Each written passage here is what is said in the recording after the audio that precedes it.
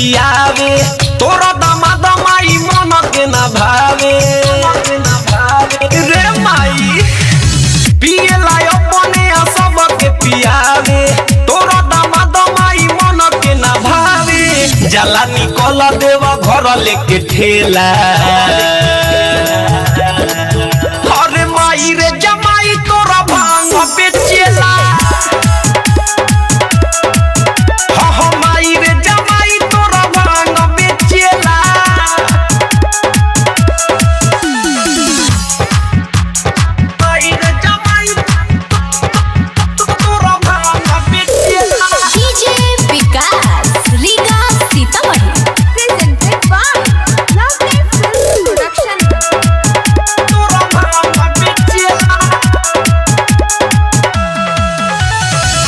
घरवा में छोड़ी अपन लहई काल गाई देव घर में करे जाके भांग बेचाई घरवा में छोड़ी अपन लहई काल गाई देव घर में करे जाके भांग भरोसा मनाऊ तो वही जे रहेला अरे माई रे जमाई तोरा भांग बेचेला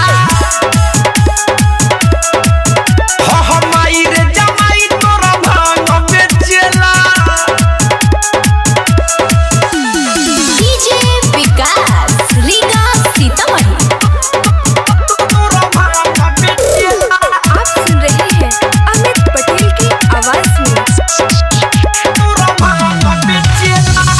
बेरी बेरी हमारा के कहरे परेशान रे कोई हाली कोई लसा हमरा के दुकान रे हमरा के दुकान है बेरी बेरी हमारा के कहरे परेशान रे कोई हाली कोई लसा हमरा के दुकान रे लेवे ना पैसा फ्रीए में देला अरे माई रे जमाई तोरा भांग बेचेला माई रे जमाई तोरा भांग बेचेला पियला अपने सब के पियावे तोरा दामाद माई मन के ना भावे जाला निकल देव घर लेके ठेला